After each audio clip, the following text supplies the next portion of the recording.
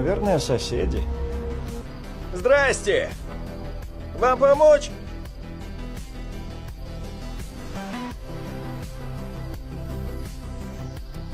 Хорошо. Если вам нравится вот так пугать людей, то вы не тот дом выбрали. Зоя, надень кроссовки. Так, не хотите вежливо? Живо валите, это частная собственность.